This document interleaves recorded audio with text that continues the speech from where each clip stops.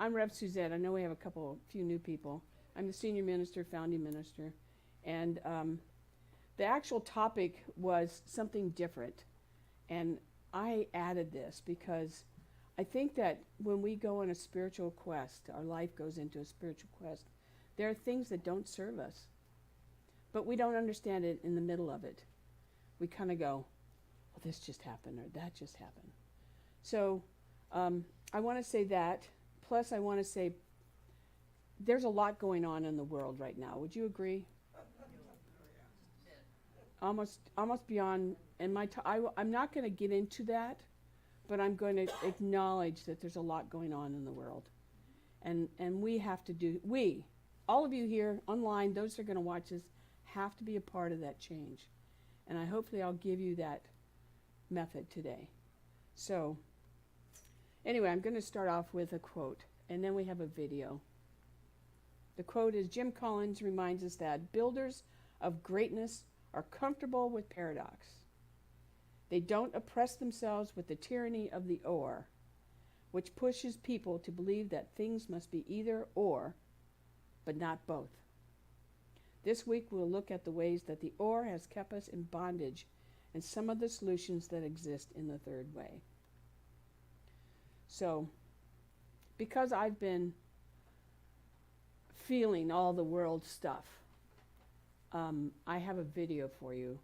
And the video is meant, so you may need some Kleenex, but the video is meant to restore your faith in humanity.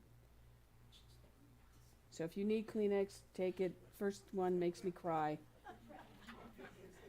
But I introduced this to you on purpose. I do this on purpose because I want you to feel. I want you to feel that God's work is working and to know that that's happening even though the appearance may not look that way. Everybody ready? Yep. And no, I love you, so this is not meant to be torturous. This is meant for all of you, and I think everybody online can watch, to understand that even though the outside appearance looks like chaos, there's really a lot of good stuff happening out there, and we need to feel that and see that. So Martin, I'll let you go ahead. Cops have an equally important job, to make these kids' day unforgettable. I'm sure everyone dreamed of this as a child. This puppy was the only thing found alive after a fire, so rescuers had to do the impossible, bring him back to life.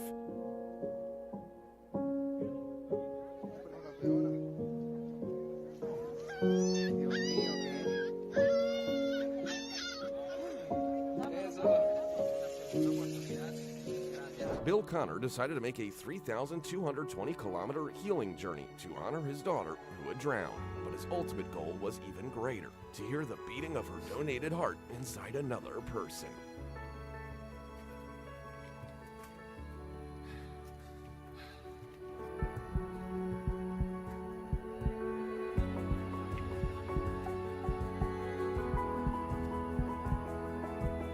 Because of his disability, this guy will never lead a normal life, but his dream was to ride in a Lamborghini, and blogger Andy Popescu was able to make that dream come true.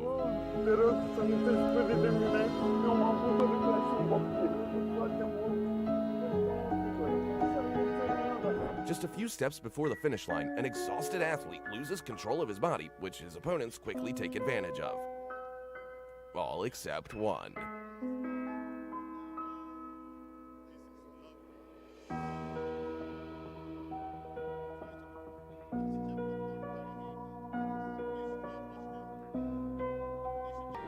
A visit from Neymar himself was the greatest thing to ever happen to this seriously ill boy. He asked his idol for just one thing, to do his dance when he scores his next goal, and Neymar did it.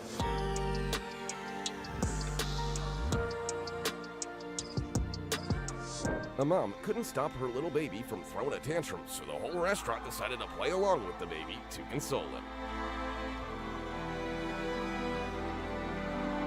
Apparently, it's his favorite game now. An elderly man lost 77 years' worth of possessions in a single bombing, but rescuers didn't stop clearing the rubble until they found his most priceless item.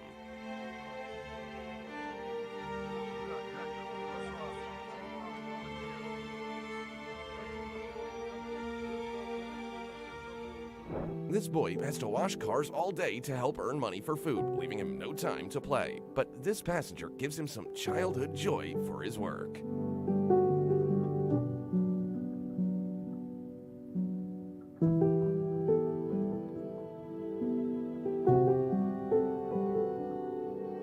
At just 15, Coco has already become a hero by saying goodbye to sarcoma after many rounds of chemotherapy. Look at the welcome home parade that her friends arranged in her honor.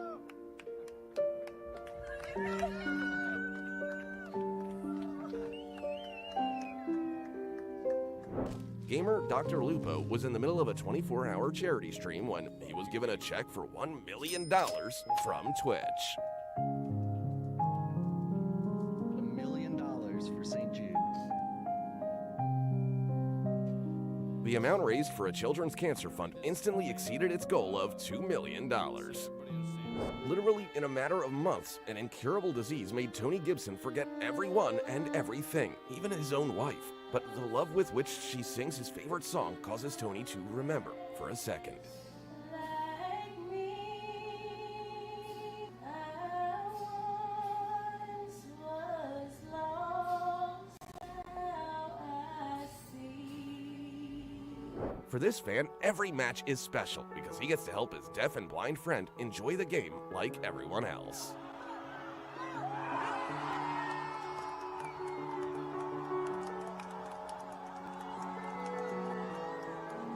This elderly man uses the last of his strength to bring water to someone who can never repay him.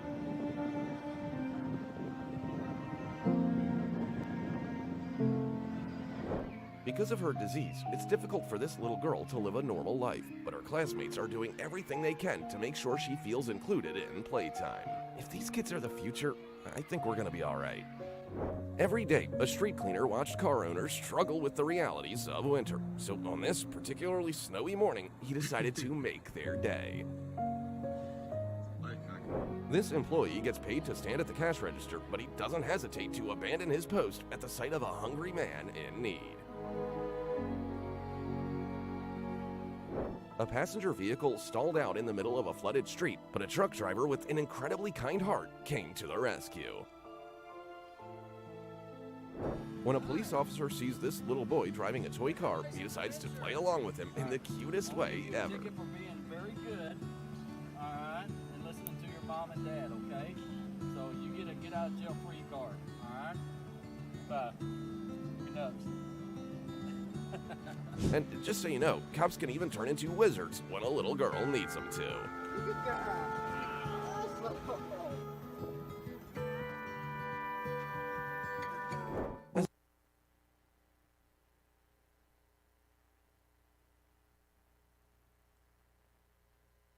Well, actually, 7 more minutes, but I thought that was enough. Is that enough for you? You get it?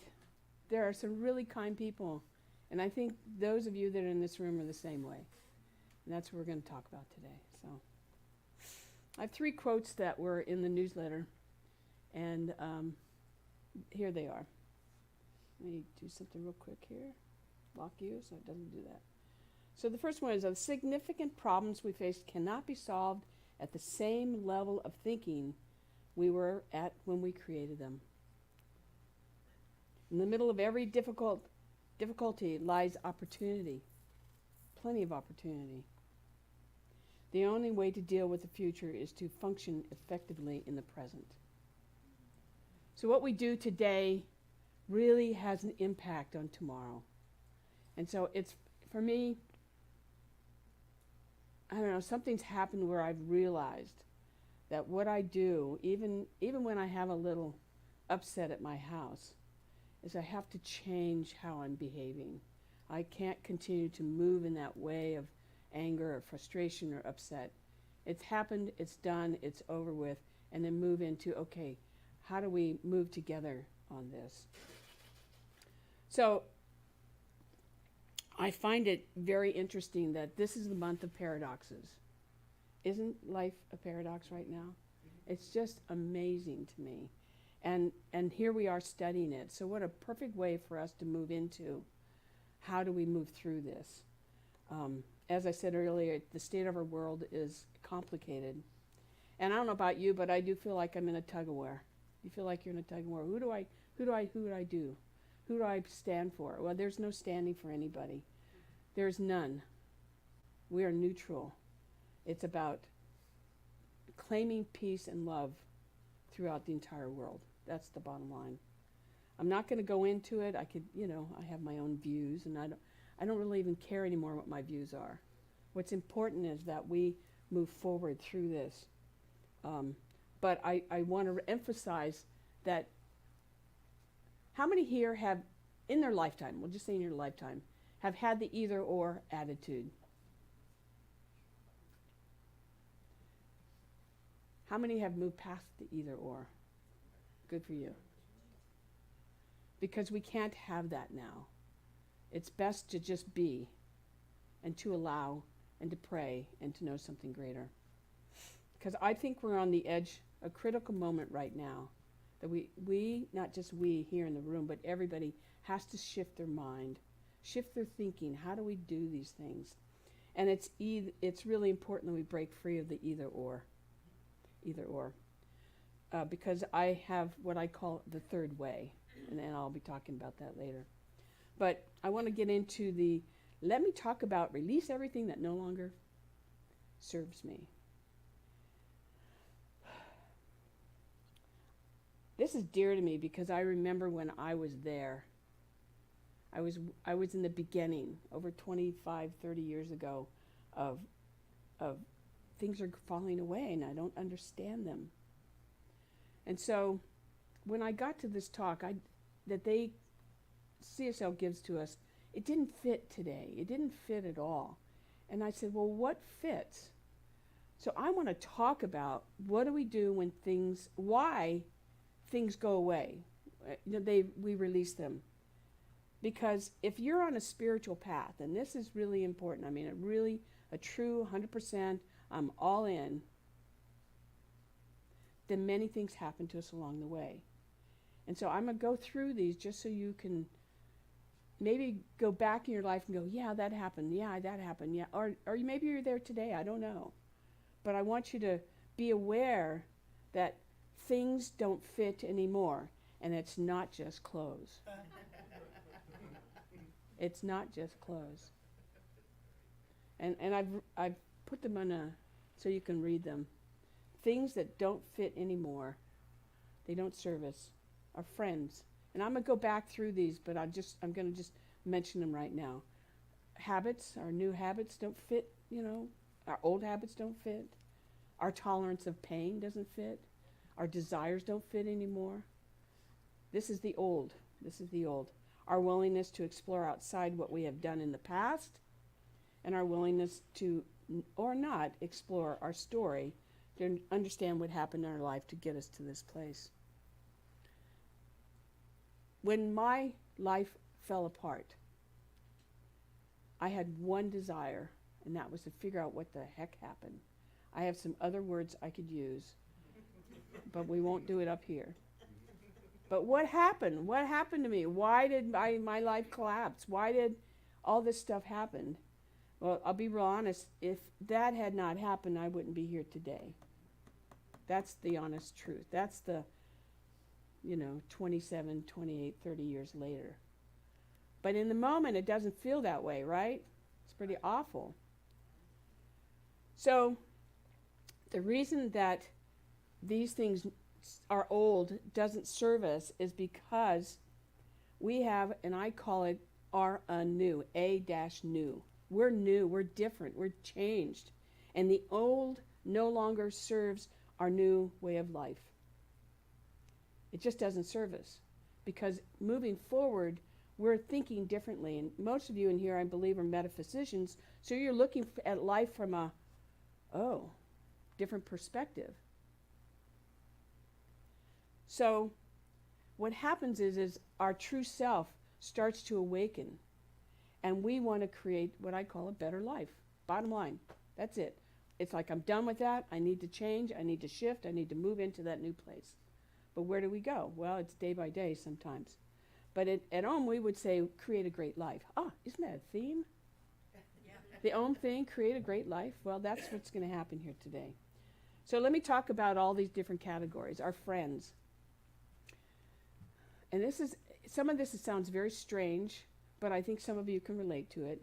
When we really are 100% on our spiritual path, our old friends, we don't relate to them. We don't get them. And you know what? They don't get us either. You could go back and visit them, and you'd be sitting there listening to them and going, and vice versa. So that's something that happens. It's not a bad thing. When I get to the end here, I'm going to give you some realizations. Our new habits. What happens when we have old habits and we say, I don't want to do that anymore? Let's say it's drinking. Let's say it's eating too much. I don't know. Whatever that habit is that when we are on a spiritual path, we let go of the habits that are harmful to us. They're harmful. We know it. That's not the way I want to be because I don't think straight. I don't act straight. And if you've had a major loss, there's probably a good 6 months to a year where your brain doesn't even work properly. Right? It doesn't function. You're like, oh my God, what just happened? Your tolerance of pain. Pain has become my friend. Because it tells me when to move on and to create something better. I'll give you a tiny example. I love my family, but sometimes they drive me nuts. I have this thing about I do my laundry on Saturdays. And so I want the laundromat to be cleared. I don't want your stuff in the washer, and I don't want your stuff in the dryer, and I don't want to have to fold it, right? Well, there's one individual, bless her heart, who tends to forget that. And so, I don't know, a few months ago I got really mad, and, that's not very nice. They're a lot older than me, and it's not nice for me to be mad. But I got mad, and I just said, you have no respect for me. You have no respect for, what's happening. So guess what happened yesterday? And so I got kind of upset. But remember I said something shifted in me. And so I took my Coke can, my black drink, and I did that on the counter and said, I'll take care of it. And then I walked out the door, and then I said, that's not the way to handle this. And so, and their excuse was, well, I got to eat. And I'm like, well, you sat in your chair all day yesterday. You could have done it yesterday. But that was in my mind. That was not what I said. There's now a commercial out about a woman that's dating, and she says something she thinks is in her mind, but no, she says it to the guy she's dating, and he walks away. Anyway, it's really funny. Anyway, so I go outside, and our laundromat's outside, and I decide enough. So she comes out and starts to do her stuff.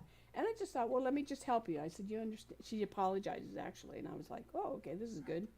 And I just said, I just want to keep things moving. And so I changed my whole attitude, and I helped her get it done. It took only, 5 minutes to do. But it was something I noticed that I had this going on inside me, and I had to shift it. So that pain that I felt, and that pain was my own, and frustration or whatever it was, had to change. So I created something better, and hopefully, it won't happen again. If it does, I'll keep working at it. That's my work to do. You relate to me? We all have this kind of work to do.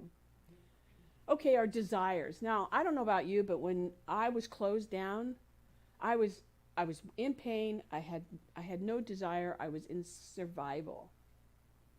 When you are working your spiritual path 100%, something happens to your desires. All of a sudden, the world becomes your oyster.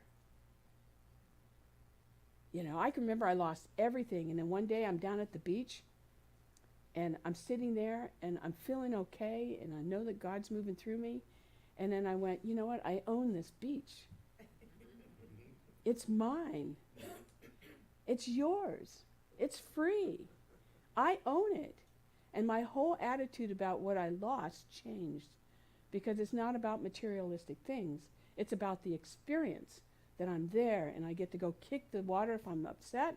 I get to smell the ocean. I get to be present in the moment and watch the dolphins go by. So our desires change and they change for the better.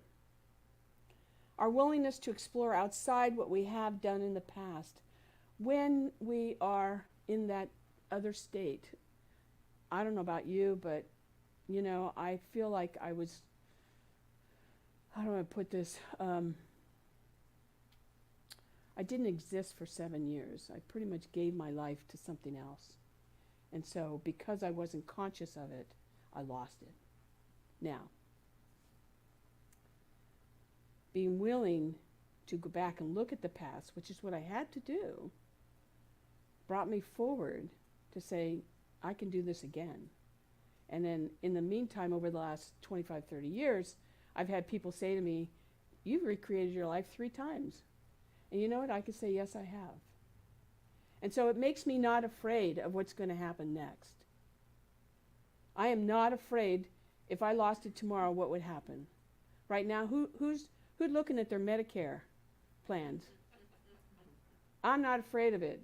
I'm going to figure out how it's going to work because a lot of shifting is taking place.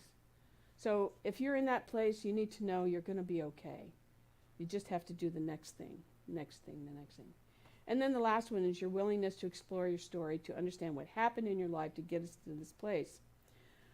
What's really important about that part is that when we really go down, deep down, is that something happens to our own heart. Our heart opens up. And we actually become more compassionate. Compassion with ourselves and with everybody else around us. And for me, I've had to work a lot at forgiving the past. And not just what I lost, but on the way to becoming a minister. Learning how to forgive those things that, you know, if that things had not happened, you know, I would not be standing here today. Many of you know my story, so I won't go into it. But the point is we have to, you know, understand that when we do go back, is that we become more compassionate with life. And that's really important. So this is the process of awakening that I talk about. And in Science of Mind, they talk about turning away from conditions. So turning away from conditions. That sounds like, oh, God, I just got to ignore it. No, you don't have to ignore it. It just means you don't put a blind eye to it. And you don't let the condition become your reality. You know that it's there, but it's not the truth of what's going to happen. Does everybody understand that? Because it's not easy to understand that in the beginning. And what we have to do is shift our focus on what it is we want. May I use you as an example? Okay. And thank you for letting me do that. One of our people has been wanting to move to another location. And in the beginning, it was like, I don't know how I'm going to get out of that. I don't think it's just not happening. And then today I walk in, and it's been about 6 months, maybe? 6 months. And it's like, guess what? I have a new place. And I'm like, oh, that's so great. Thank you for letting me use that. I didn't even put you on the spot. But it's like, it doesn't appear right then. We have to hold on to the vision of what we want. Not on our time. Well, that's pretty fast. God worked pretty good there.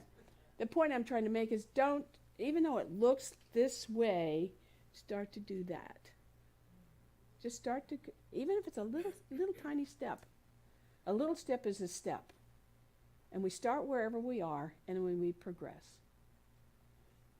The thing is, we have to free ourselves of the grips. And I can just tell you, this process is not easy.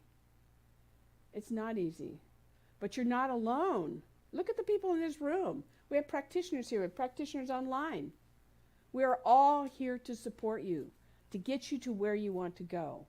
You just have to trust us. And I can be really honest with you. When I was going through my stuff, I traveled to, I'd had my gallbladder removed, and I traveled to Washington State to be with my sister, Tacoma. And one day I was just like, I need some church. I need other.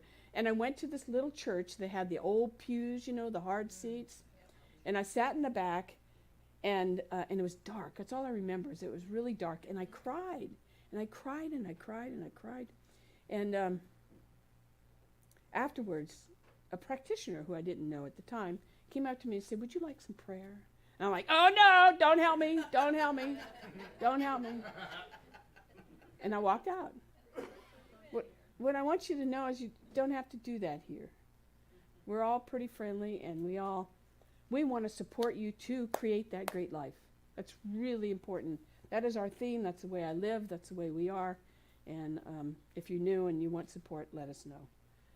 The whole point about this is that we're here to empower each other to move forward, to get in that place where, yes, this is where I want to be, this is what I want to have, this is how I want to help humanity, and this is me. This is exactly who me, meaning all of you, are. That part of you is inside of you. But we have to use the power of our mind to transform that. We can't just, and it's so easy to go back to the old. I'm going to say, if you go back to the old, and I used to do this a lot, is I would have a negative thought, and then I would think the opposite so that I could erase that negative thought. Just keep erasing it. Pretty soon there's a new groove, and then you'll start moving forward. So, and I wrote this, I'm going to read this because I think it's important. In other words, we need to become proactive as we approach life with the willingness to create a better world. We must become proactive. And all of these things, and I've heard this week, interesting enough, more than one person say to me, people think I'm crazy because I think this, but you know what? This works in my life. And I'm like, yep. It's a secret, but it's not hidden. It's about the secret inside you to know that this stuff works. But, and I'm going to say this again, I say this a lot, I'm going to continue to say this, you have to be 100% committed. If you're 85%, then 15% is going to go bad. Not that it's not going to go bad. Shit happens. Oh. Sorry. Didn't mean to do that. It happens. But you have to be 100% committed to living the principles. All those words that are up there, those words, you can't, maybe you'll see them now. But it's like, Laura wore a shirt jacket today that says abundance about her. I love that. I just think it's cool. But this is a language. Now, you may not understand everything that's on there and why it's up there. But when you start using the words like, boy, I love it when I create order in my life. People go, what? Huh? H&R Block, Or, you bring me so much joy. They're like, what? Those are powerful words. If you can use those in your everyday language, every single day, watch people's reaction. Because in their mind, they're going, that's what I want to hear, but I don't know what it means sometimes. So you might write those down. They're really cool words. They work. So I want to give you an example of how I can't get away with much anymore. See, I know you guys would love that. And before I give you the story, I thought of the story, and then I thought, well, what would Ernest Holmes say about this? So Ernest Holmes says this. Can you turn to the next slide, please? There we go. We need spiritual experience. We should never know peace until we embody it. We shall never know truth until we become truth. And we cannot know God unless we sense him or her within our own being. The Spirit is ever giving, but we must take. What life does for us must be done through us. So, here's the story. And I've told this story to a few people, so I'm sorry if I'm repeating myself. But there was a few months ago, I did not like my hairstylist. Now, this is somebody that's been you're laughing already. This is somebody who was my coach for about 2 years, and then had some health challenges, had to cancel. But she also cut hair, but it was mainly men's hair. And so, but I really liked her, and I was really disappointed when she said, well, I can't be your coach anymore. And it was kind of a surprise to me. And then there was some kind of rejection that happened in between. But the point being is, I really liked this person, and I thought, well, and it was COVID, I was letting COVID hair go, and I thought, well, I'll go to her. So I told her what I wanted, First couple times are okay, and then for about a year, I did not like my hair. How many people are particular about their hair? I am very particular about my hair. I don't know how good it is today, but the point being is, and I tell you this story because this happens to us, but I don't get away with it anymore. So I said, okay, I decide I'm going to go to a different stylist, and so I go. Now, it'd been like 3 months or something, and I showed her what I wanted. She did a pretty good job, and I thought, oh, good, I've got my hair cut, I'm done. And I walked out to my car, and guess whose car in person is sitting next to my car? My hairdresser. And so she sees me, and she's like, hi, how are you? She gets out of her car, and I open my window, and she says, how are you? What are you doing here? And I said, oh, I had a haircut. She said, yeah, it looks good. And then I said, I tried. She says, I know. Anyway, sometimes those situations happen, and it's like you're not sure if you're ever going to be friends again. Well, this week I got a little note from it that says, just checking in, want you to know I'm thinking about you. And I said, I've been thinking about you too. And the moral of the story, I wrote this down, real friendship will always be there, even if it's a solid friendship and mistakes are made along the way of becoming. And I'm grateful for that. So sometimes we do get caught in the middle of the trap, but just know that if your heart is really a heart that's heart to them, they'll always be there. It doesn't matter. They'll come running. So I'm going to talk about the third way. Oh, good, I've got more time. I'm going to give you, and let me just say, when I was writing this talk, and I didn't particularly care for what I was reading, and I had to kind of create this, which I love to do. I got kind of stuck here. I'm like, what is it that we need to talk about today? What's really important today, this week, this moment, in our world, in our society? And so I said to God, reveal to me that which I need to talk about. And there's only one word that came up. And this is the thing that I want us to get this week. And the word is kindness. Kindness. As I mentioned before, the world's very complicated. And I truly believe that as we spread kindness around our own personal lives, that it has a ripple effect. And we have about 40 people right now. Can you imagine 40 people having that ripple effect? And then that ripple effect goes forward and goes forward and goes forward. That's our work this week. And whether you take note of that or not, if I can just put that word kindness, and I put it in red and very large, so that's what you're going to dream about. Okay? So what does kindness involve? And I've got a list here. And so for everybody that's online, I want you just to write down the first statements, because we're going to do something a little different today that we haven't done in a while. But kindness is about it's about doing something that we can all do. And you can all figure out what your own thing is. And it doesn't matter. It could be just giving a smile. I was walking my puppy yesterday. My God, he's big. I have a shepherd cattle dog, and he's actually gone 8 months now, almost 9, and he is head to toe this big and that tall. Wow. He's big. He's a pony, yeah. And now he goes and he plays with the big guys, and he can hold his own.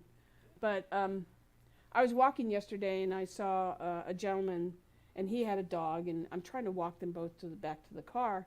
And, sometimes dogs, you kind of like to control your dog. Anyway, this gentleman, I saw him turning onto a little walk opposite of me. And I thought, you know what? No, I'm going to go the opposite way.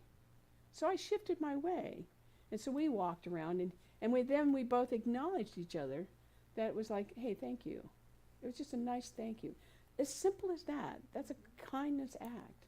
So I want you to start thinking about this. So I have a whole list of different kinds of things you can do. And I'm going to right now, I'm going to show the list.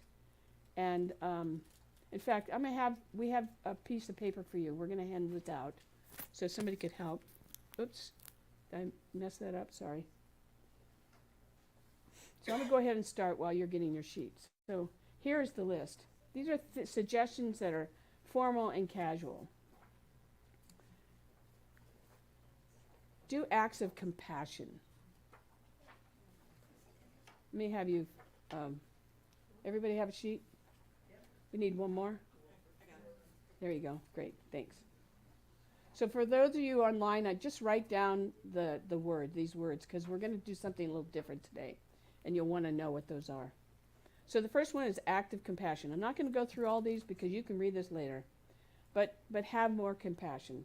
Be involved in your community. That could be involved here. It could be as simple as being involved, with something you really love doing. Volunteer work. There's nothing better than to volunteer. In fact, this week I was at a memorial, a celebration of life for somebody, one of my neighbors who passed away. And they had the Voices of San Diego. And it's a homeless singing choir there. And it was just like, oh my God, they were so incredible. And I'm like, I was just so moved by them. I've asked to see if they might want to come here, because I think that's an area where we could be helping out. We could be doing something. And next year we will be donating to them. I've already decided that. But here's where you can volunteer. By the way, it's at the Episcopal Church on Mondays at 11 o'clock.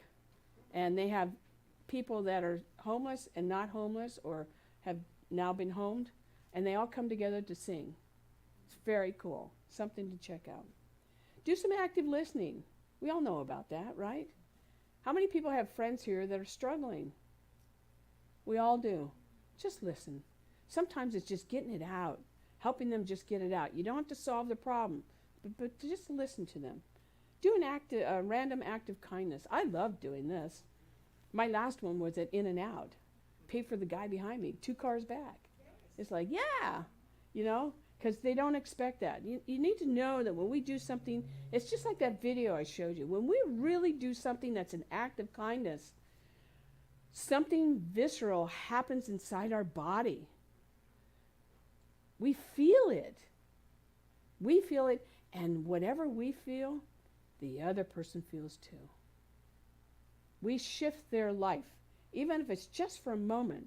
But that's what we're here to do, is to shift life, to make it better. Promote understanding. 2 weeks ago when I spoke, I talked about there's no either or, and there are many points of view. So have them, let them be out there, and not in an argumentative way. Just like, okay, I have this conversation often in my house, and I say, I agree to disagree. You have your opinion, and I have my opinion. They're both right, or they're both wrong. It doesn't matter. They just are opinions.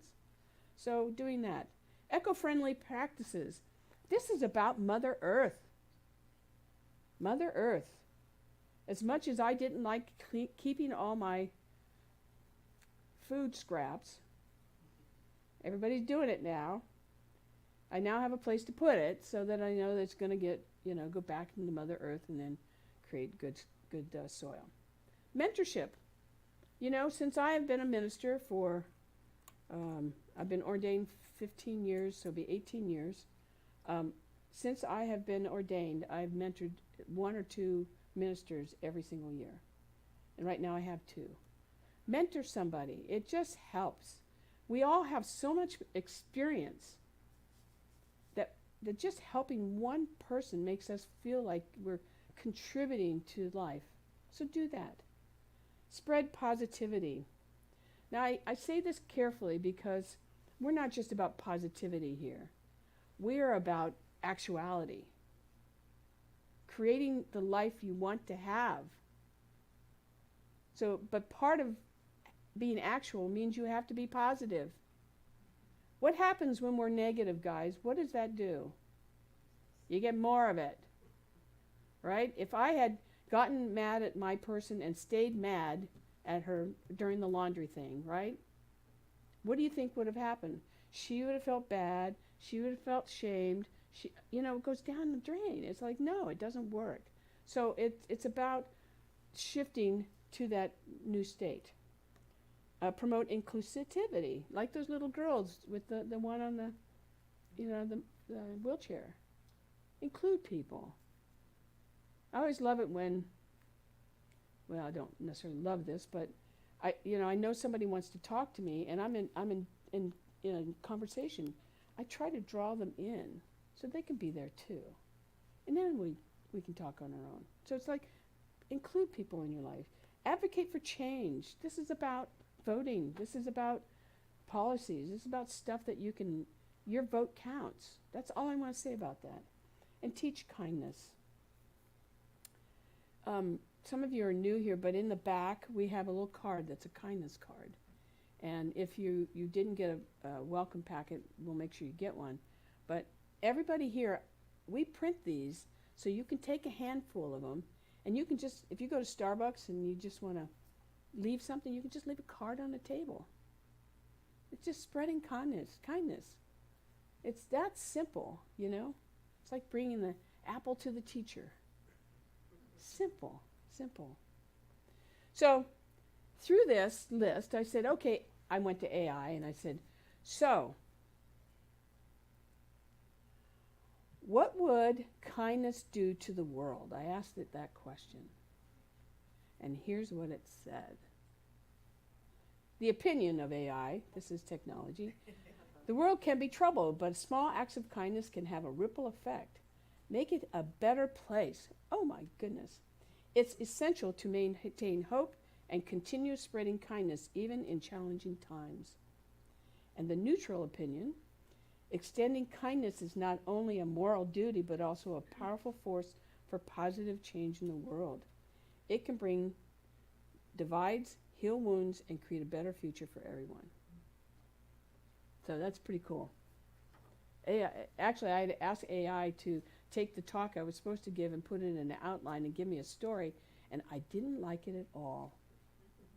So what you got today was totally from Spirit moving through me. Ernest Holmes said this. He said, "Behold, I make all things new. There's nothing permanent but change." Darn it, I'll put that in there. And the infinite intelligence can never be caught in anything it does. What it does express its being at the particular time. Tomorrow it may do it an entirely different way, but always in accord with its fundamental harmony. I highlighted that because Spirit works in harmony with everything that's around. And harmony, if you're in an argument, harmony might be you arguing, and that's what you're going to get. But if you're focused towards harmony, making things good, then it's going to shift that way. It's just automatic. So,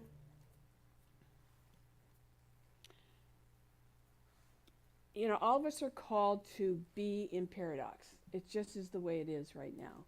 And it really has been that way all of our life. We just maybe didn't recognize it, and this month has been all about that. But kindness is one of the ways, and that's why I'm emphasizing it today. It's important that we let go of what we've always known or thought we knew, but step now into the possibilities. You understand what I'm saying? How many people have any old habits they want to, yeah, we're all doing that, right? Start moving a little bit into the possibilities, even if it's this much. Start to embrace your vulnerability and uncertainty. One thing I've had to learn over the years is how to live in the mystery and trust that the mystery is going to take care of me. I invite you to do the same. And let pain, not pain, like hurt yourself pain, but just when you really feel that, that doesn't feel right, let that be your guide. Not that it's bad. It can be really good for you because you go, I'm going to just shift that. I don't want to think that way. I don't want to be that way. I want to move a different way. And then that's an inch, guys. That's all as far as you have to move. And that little inch will move the universe for you. Don't be afraid of it. And then keep asking what is next. What is next to be? When I was creating OM, the creation of all of you that are here today, and the many that we serve online and that aren't here today, there were moments when I was like, I'm not sure if this is going to work. This is God's church. This isn't my church. I just have to be the mom. And I see everything, so I know everything. But I always say, reveal to me that which I need to know. Reveal to me, talk to me, tell me. And then I listen for that divine voice. I allow it to move through me. So I'm always listening, no matter what. Even if something doesn't happen right away, I'm always knowing that I'm going to be guided for hopefully all of our best interests. So the last thing I want to say is I want you to all remember this too. And this is part of humanity, is that you're always at choice. You are always at choice. So you can choose this way, you can choose that way. But I guarantee you, if you choose just using those words, it's going to feel better. So I'm going to ask you to close your eyes and I'm going to pray us out and we'll bring Sylvia back up. So today as we move forward, really, really, really moving in our spiritual path of knowing that God is all there is, that spirit, the divine intelligence, whatever name that you call it, it is absolutely moving in our lives. It's breathing us. It's moving us. It's moving through us. It's having its way as us, and we as it. And as I know the truth of God being all that is, I'm knowing that it moves through me. It divinely guides me in every step of my life, even if I don't agree. And as I know that Spirit is guiding me, I know that that Spirit, that same voice, that same essence is moving through every person here, every person online, every person that is going to hear this talk later on. It is moving through them in a profound way. And it's about breathing into that and knowing that. And so I know and accept today that each one of us here have gotten it. We get it. We understand it. And that kindness becomes our motto for the week. And that we practice it. And then we watch for the results. We see what happens when we give that kindness away. And we allow Spirit to say, here, watch me. Watch me be active in your life. And so I know and accept today that kindness is our motto, kindness is in our hearts, kindness is a part of who we are, and that we do that with ease. And so with that, I simply give great thanks for the truth that was revealed to me in my quest to bring this message today, knowing the Spirit just moved through me, said, this is it, do it, and so it's done. And so with that, I release these words into the infinite law of kindness and good, knowing that it is being revealed right here, right now. And so it is. Amen.